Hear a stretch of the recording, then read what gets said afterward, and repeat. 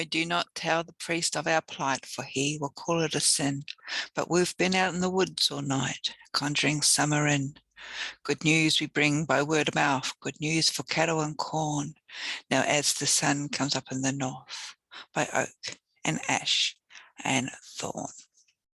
That is an excerpt from a poem known as A Tree Song from Puck on Puck Hill by Rudyard Kipling, that I have as an introduction to my book Dancing the Sacred Wheel, which is a journey through the 7 Sabbaths.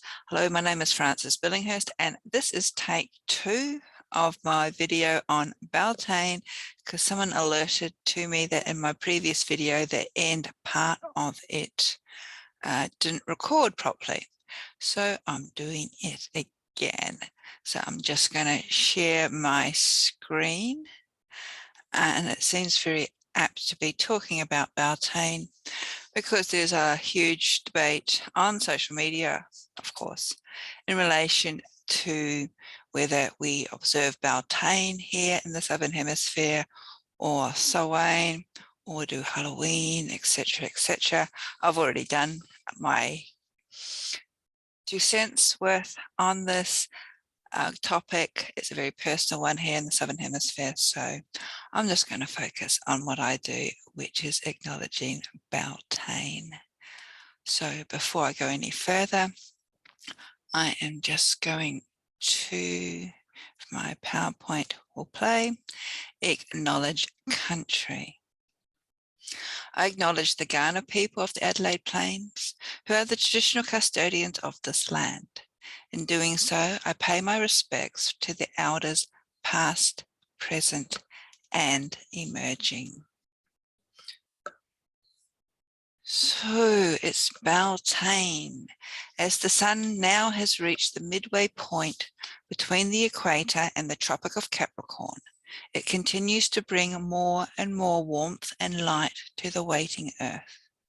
The hours of dark light lengthen as the nights slowly shorten with each rotation of the earth, getting increasingly warmer.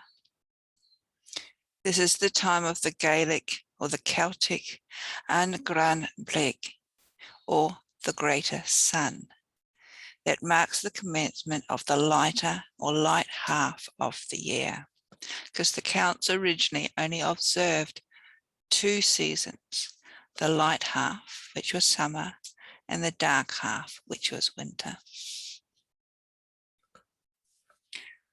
The Australian Bealtaine coincides with the native bottlebrush, which is on the left, erupting into a mass of beautiful red flowers.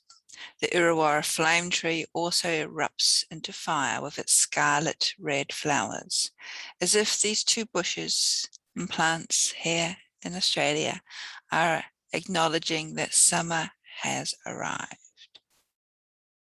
Bird life is active, and even the kangaroo apple with its clusters of violet flowers that offset against the dark green lobed leaves also spring into life. In the southern skies, Bealtaine heralds the return of the brilliant constellation of Orion the Hunter, and this is Orion here to our far right. Or sorry, left in the screen, but to west, in the west. To the northeast, the reddest star, where are we? We are here, of Aldebaran has joined the Pleiades, marking Taurus, the bull's return. So here's the Pleiades constellation here in Taurus. The great square of Pegasus, which is here, is prominent, straddling the meridian, and in the southwest, moving down to the right, Scorpius is setting, with the Southern Cross, our iconic pointer stars, setting just above the southern horizon. To the Ngarrindjeri people of the lower Murray River and Coorong areas here in South Australia, the Pleiades, which I said is up here in Taurus. Also known as the Seven Sisters, now at their highest point in the Southern Hemisphere, marks the time when initiations into cultural wisdom and knowledge takes place. This is also the time when swimming is considered to be restricted, as the waters are filled with life and can be too dangerous to enter.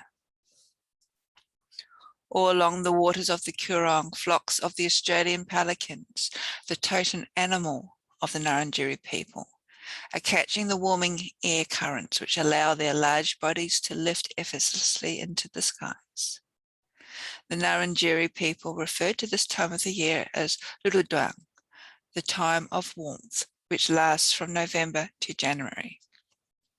And here on the Adelaide Plains, we are still in Walutu of the Ghana people. So we're just here. At the top end, the peoples there are embracing themselves for Gunmarun to arrive from mid-October, so we're over here, to late December. The pre-monsoon weather arrives as humidity increases along with the temperatures. Thunderstorms build up to bring rain to the dry land. The acid water running off the floodplains into the billabong causes the fish to die due to the low oxygen levels. With an increasing amount of water, bird life and new growth soon appearing. The increasing water levels also enable the barramundi to swim from the waterholes to the estuaries, where they breed, and the local people move into the rockier lands, seeking shelter from the approaching storms and impending wet season, because the Northern Territory, or the northern part of Australia, too also observe two main seasons, wet season and the dry. Within contemporary witchcraft, this is the time of the Hieros Gammas, or the sacred union between the god and the goddess, which will bring forth new light and life to the land. The hunter warrior god of spring has matured into manhood, but there is still an element of youth about him. With the increasing pulsations of rhythms of the earth, he prepares himself for the tasks and responsibilities ahead. That of becoming the powerful ruler of the summer months and the partner of his beloved goddess and subsequent father. The goddess is ready to receive and give shape to the energy of the god. This alchemical process of bringing forth new life again will take place deep within her. She is the cauldron creating life. And from the moment she conceives, she moves from the youthful maiden of springtime into the role of the mother. The god now is also being transformed into the Lord of the Greenwood, and begins to realize that there is more to life than the adventure and abandonment of the hunt and battle. He realizes that he needs the goddess to give form and purpose to his power, just as she realizes that without power of the god, her cauldron of life will always remain barren.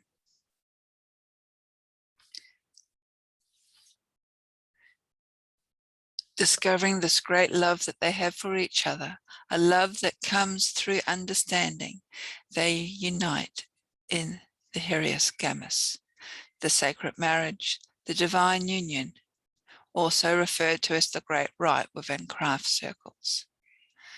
This rite unites the earth, the goddess, with the sun, the god, enabling the earth to be fertilized and impregnated with the seed that will sustain life.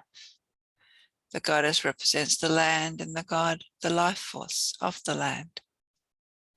And as such, this is considered to be a fire festival.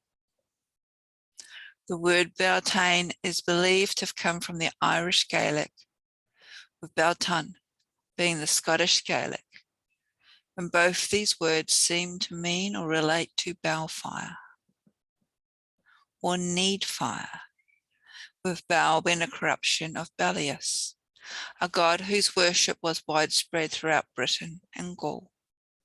Pleiades may have been a solar god, as his name can be translated into bright fire. Bealtaine marks the beginning of summer, the time of feasting, merrymaking, celebration, and joy. For us in the Southern Hemisphere, it's the time when the sun enters the sign of Scorpio. This is the time when the Druids were believed to have kindled two great bale fires on the top of the nearest beacon hills.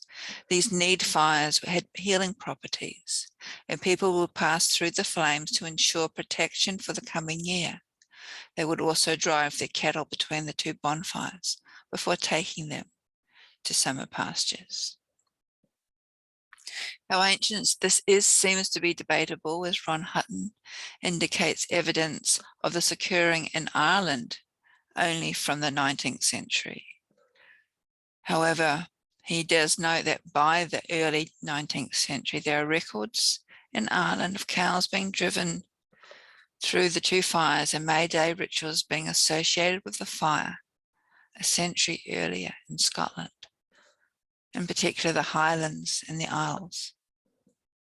According to Irish mythological records of its history, known as the Book of Invasions, the mysterious mythical race, the redone, arrived on Irish shores at Bealtaine and marked in the Song of American. Just dropped the book, which is often recited within Bealtaine circles at this time. And I also have a short passage of that in my book, Dancing the Sacred Wheel, which I'm just attempting to find now. And I might return my face to the screen as I read. You've probably heard it in various places on the internet. I am the stag of 7 times. I am the wide flood up on the plain. I am the wind on the deep waters. I am the shining tear of the sun. I am the hawk on the cliff. I am fair among the flowers. I am a god who sets the head afire with smoke. And there are various other versions of that poem.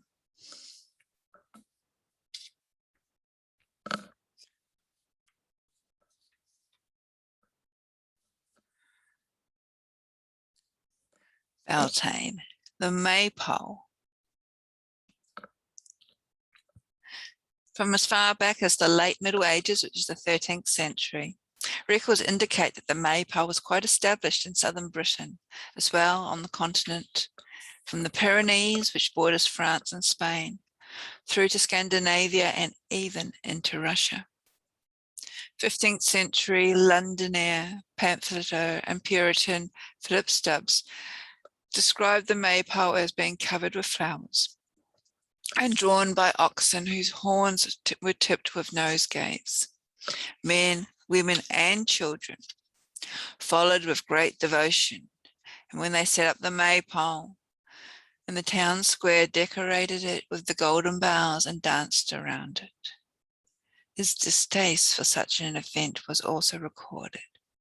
At the banquet and the feast, the people would dance about, as the heathen people did at the dedication of their idols, whereof this is a perfect pattern, or rather a thing itself. Traditional maypoles tend to have the ribbons representing the god and the goddess, the white representing the semen, and the red, the menstrual blood. These ribbons together would embody the vegetation, spirit, and contain its seed. When placed on a phallic-like structure such as the pole, and having that implanted into the womb of the earth, the seed then could be given life, so that all forms of life may flourish. So it's a great ceremony even the erecting of the maypole itself into the earth, before the dancers would hold the ribbons and dance around the pole. As the ribbons were woven around the pole, the dancers celebrated the fertility of the god and goddess, with one circle of dancers moving clockwise, the direction of life force in the Northern Hemisphere, while the other circled anti-clockwise, the direction of death in the Northern Hemisphere. And here, south of the equator, we would go clockwise for death and anti-clockwise for life. So the dancers would interweave the forces of life and death, creation and destruction, recognizing that death is the inevitable outcome. After all, death is just a passage for life to be renewed. Bealtaine, of course, is the time of the year, and I'll bring myself back onto the screen. And I think this is the part that cut out in the other video. So it's the time of the year where we think about our sensuality, our sexuality, our expression of our true selves. So it's also a perfect time for us to do some self-analyzing. Are we manipulated by others? Do we find ourselves coerced into doing things against our will? Are we indeed manipulators? What do we think about our own body image? Do we conform to social media or media stereotypes in general? What fears of inadequacies do we have? And I suppose these days, fertility has different meanings to us compared to what it used to mean to our ancient ancestors.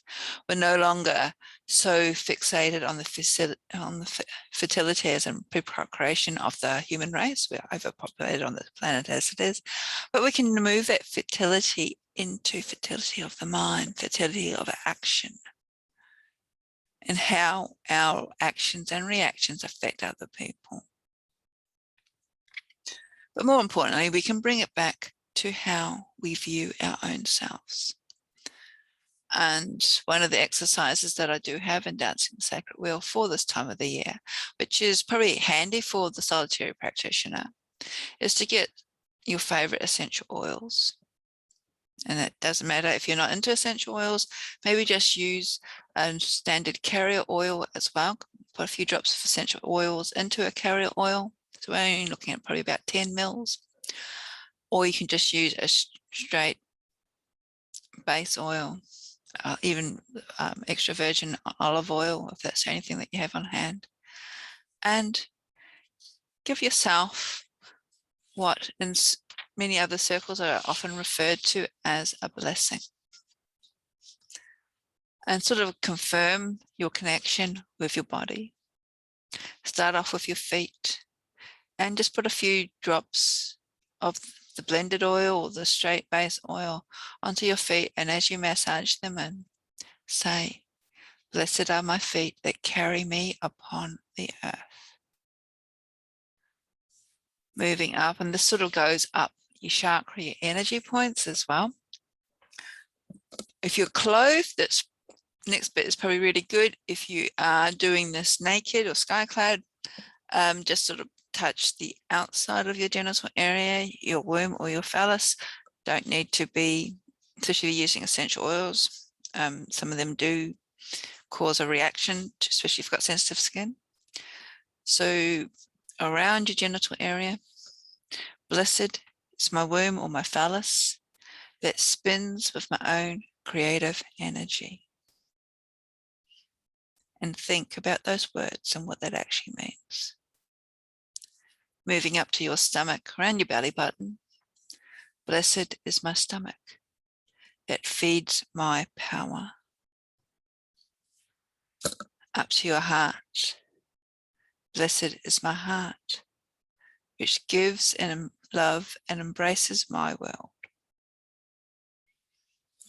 Moving up to your throat.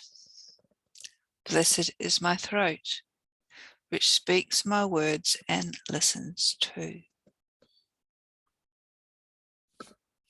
Moving up to your third eye, blessed is my mind, which can imagine, think, and plan. Then finally, the top of your head, your crown. Blessed is my crown, which opens to the universe. And when you're finished blessing yourself at those 5, 7 points, you might wish to meditate on what you've done and record your observances, your reactions in particular. Was there any area in your body feeling uncomfortable? Any area that sort of heightened any emotions because you hadn't acknowledged what these parts of your body really mean? And then you can go about your day. So as I said, this is from Dancing the Sacred Wheel. You'll find all this information here. And the other 8 or 7 Sabbaths that make up the Wheel of the Year, which used to be, and I'm saying used to be now, popular within pagan orientated or other earth-centric spiritual paths. And I'm saying used to be because these days, I don't know how earth-centric people are, especially witches or the new group of people coming through. There seems to be a reluctance to connect with the land, which is supposed to is fine. That it's you, how you practice your own style of the craft or whatever is entirely up to you. You don't need to observe the Sabbaths at all, if that's what you prefer. The Wheel of the Year is a fairly modern invention in that it came, how we acknowledge it with the 8 festivals, came into being late or last century through the works of Gerald Gardner and Ross Nichols. But before that, people did acknowledge various festivals, the Sabbaths, the solstices, the equinoxes, and in other countries, as we said, like the Counts, especially in Ireland and Scotland, where these other festivals we call the Greater Sabbaths. That's Bealtaine, Imbolc, Samhain and Lunasa. These are sort of harvest festivals, so they did acknowledge them, and it's probably in a different way. And there is still that historical, mythological connection to those festivals at all. So what Gardner and Nichols actually did was bring them all together. And because they worked out that these festivals with the solstices and the equinoxes occurred about 8 weeks apart. So it is a new invention or connection, but it's also an ancient one. And this is more for the information for people south of the equator. We do have, when you look into the meanings of these Sabbaths, I do personally feel it is important that we connect with our land because that makes sense. And Bealtaine is the gateway to summer. And that's what's occurring now. In the Northern Hemisphere, however, is Samhain, the gateway to winter. So if you want to know more, I've got some information on my blog site, on Facebook, social media, and there are other videos available on the YouTube channel. But regardless of whether you celebrate this or not, I hope this still works this time. I hope you can still hear me. I would say happy Bealtaine. If you're watching this from the Northern Hemisphere, happy Samhain. Blessings.